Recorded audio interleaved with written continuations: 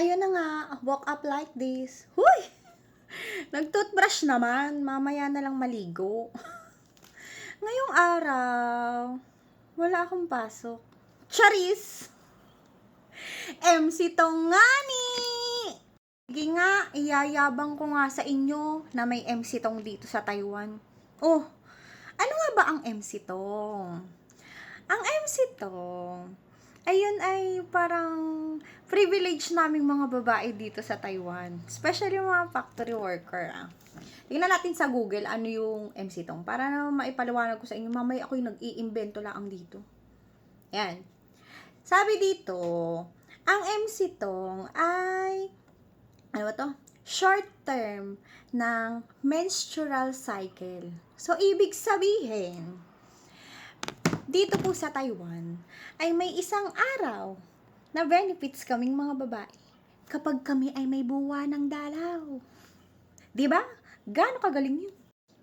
Ineng, are pang iyayabang ko dyan sa MC Tong na yan. Kung dyan sa Pinas, kapag absent ka, ay absent, bawas sa salary mo. Dine, kapag naka-MC Tong ka, sabi ba, paid at 50% of employees' regular salary. Abay, nakapagpahinga ka na, bayad ka pa ng kalahati. Diba'y kaganda? Okay, eto na, seryoso na. Para naman kasi talaga yan sa ating mga babae.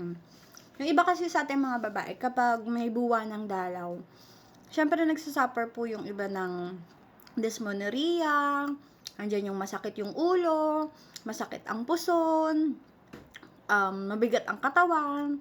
Ayun, para po talaga yun. Ginagamit po talaga ang isang araw na iyon para ipagpahinga mo po. Pero, dahil Pinoy nga ni, Pinoy tayo, yung MC Tong na yan, like ako, kaya kong tiisin yung mga dysmenorrhea na yan, ganyan-ganyan.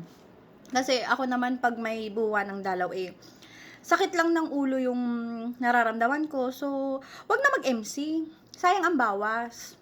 Ang MC Tong ko, ginagamit ko yan kapag may biglaang gala.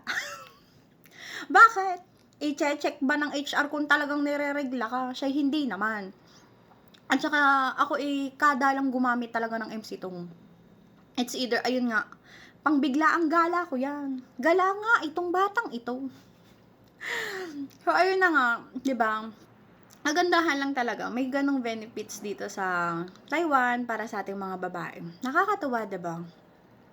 Ginamit man natin to dahil meron tayong buwan ng dalaw, or ginamit man natin to sa importanteng lakad, at least bayad ng kalahati, 'di ba? 'Di ba? Kaganda ng Taiwan. Yan lang, maiyabang ko nga lang sa inyo. So tara, kape na po tayo. Kaya nga nag-MC Tong baka mahuli pa tayo sa ating lakad Bye guys! Good morning and God bless!